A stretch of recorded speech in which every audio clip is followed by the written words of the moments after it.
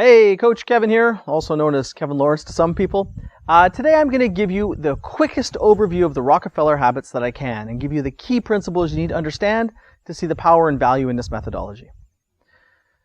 Jim Collins says is that greatness is not a function of circumstance. Greatness, it turns out, is largely a matter of conscious choice and discipline.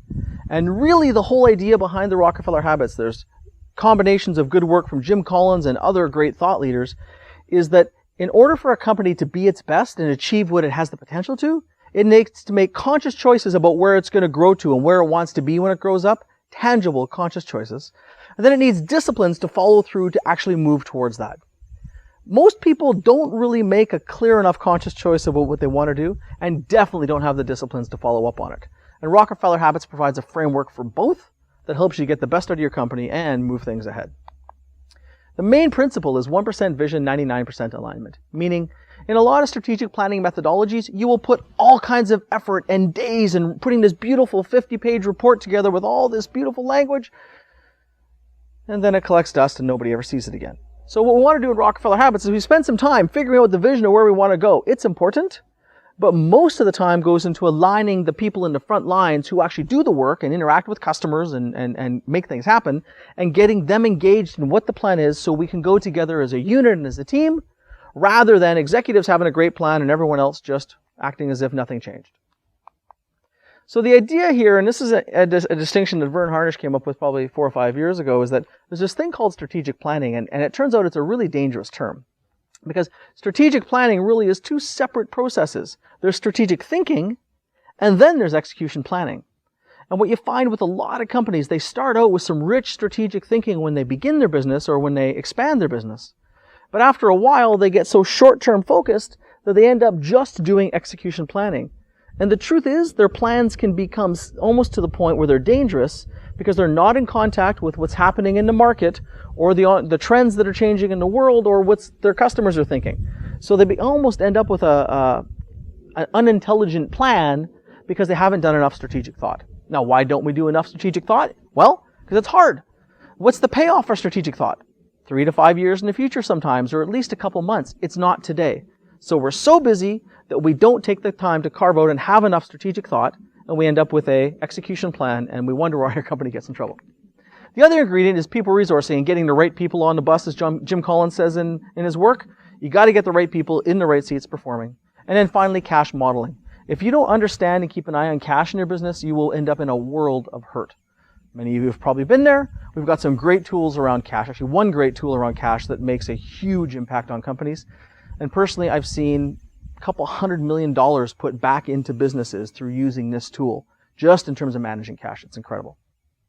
So here's how it all kind of comes together. If you have a vision of where you want to go, and think of it as being the roof of the house, and then there's 4 pillars underneath that support that roof. Those pillars are people, strategy, execution, and cash. And as a company grows, you need to grow each of those pillars. But the sad reality is that companies typically have a favorite, and they typically have one they neglect. And when you neglect one of those pillars, it's like a 4-legged stool. If you chop off one of the legs, sooner or later it's going to fall over and someone's going to be lying on a floor in pain. Well, that's what happens in companies.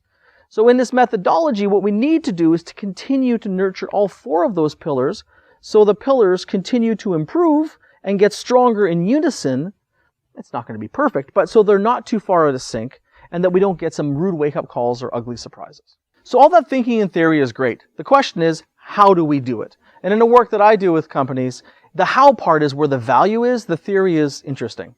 So in Rockefeller Habits, the idea is to give you tools to be better leaders as you grow, so as your business scales up, you can too. So we have tools under people, strategy, execution, and cash. So here's how the whole model kind of works with the Rockefeller Habits and why it gets great results and why I'm such a big fan of these tools. Is that it's 4, 3, 2, 1 results. 4 decisions, 3 disciplines, 2 dynamics, 1 driver. First of all, you got the 4 decisions. You got to start there and decide which of those 4 pillars do you want to improve: people, strategy, execution, cash. Secondly, once you've made the decision, you got to do something about it. So we have 3 disciplines that help you to follow through, which is you got to set your priorities, your goals, your rocks, whatever you want to call them. You've got metrics or data to help you know that your business is healthy and on the right track, going the right direction. And then you have meeting rhythms to keep people in sync and keep the communication flowing. Then you got 2 dynamics, reputation and productivity. Reputation, keeping people happy.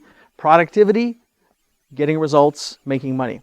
The challenge is for some businesses, if you get too focused on reputation, people will love you, but you're not going to be effective and get any results or make any money.